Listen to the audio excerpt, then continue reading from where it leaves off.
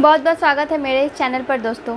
Pregnancy जब रुकती है तो सबसे मेजर अगर बात करें, बहुत ज़्यादा दिखने वाला लक्षण और बहुत जल्दी ही दिखने वाला लक्षण होता है वो है आपके स्तनों में, ब्रेस्ट में।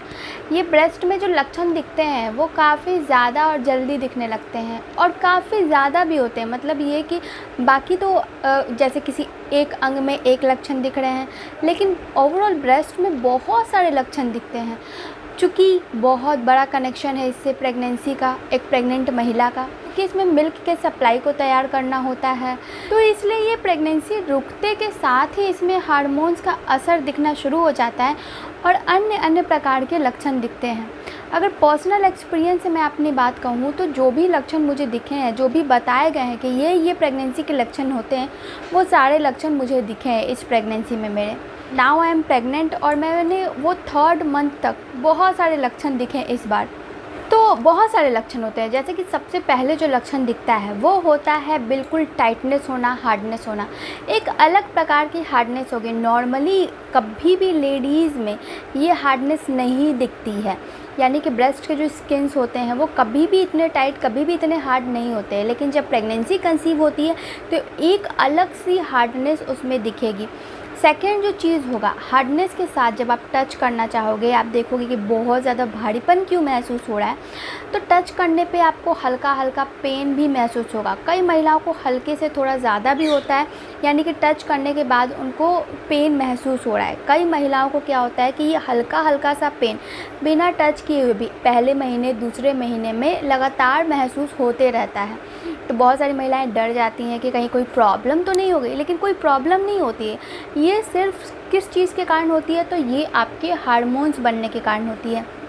और ब्रेस्ट अपने आप को तैयार करते रहता है मिल्क की सप्लाई के लिए, क्योंकि उस वक्त मिल्क की सप्लाई नहीं होती है, ये डिलीवरी के बाद से ही शुरू होगी। तो लेकिन वो तैयारी पहले से ही चलते रहती है, 1st महीने से ही। तो हल्का सा हार्डनेस, हल्का सा पेन महसूस होगा।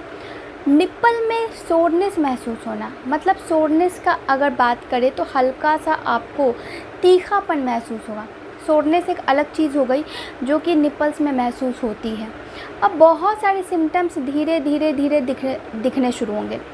धीरे धीरे क्या होता है कि जैसे जैसे आपकी प्रेगनेंसी आगे बढ़ती रहती है, ये जो मैं लक्षण बता रही हूँ, क्रैम्प होना, हार्डनेस होना, सोरनेस होना, ये आपको कब दिखेंगे? ये फर्स्ट या फिर अगर बात कर ले 1.5 महीने, 1.5 महीने, 2 महीनों में दिखेंगे और 3rd महीने के बाद से ये गायब हो जाएंगे।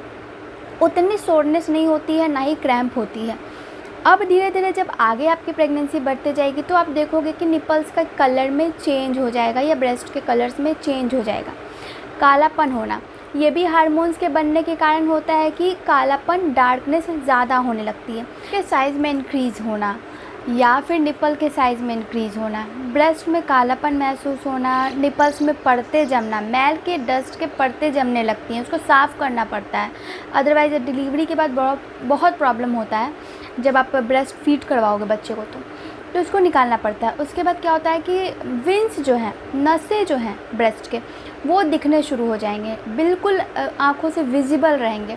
तो आप देखोगे कितने सारे चेंज जो हैं शुरुआती महीनों से ही आपको दिखेंगे और ये मेजर चेंजेस होते हैं जो कि आपको दिखेंगे ही दिखेंगे और प्रेगनेंसी में होते ही होते हैं। अगर कोई महिला को नहीं दिख रहे तो कोई दिक्कत नहीं, हो सकता है कि उनकी प्रेगनेंसी बिल्कुल 0 सिम्टम्स से ही शुरू हुई हो। जाते जाते इस वीडियो को लाइक, चैनल को सब्सक्राइब और कमेंट करते जाएं। धन्यवाद।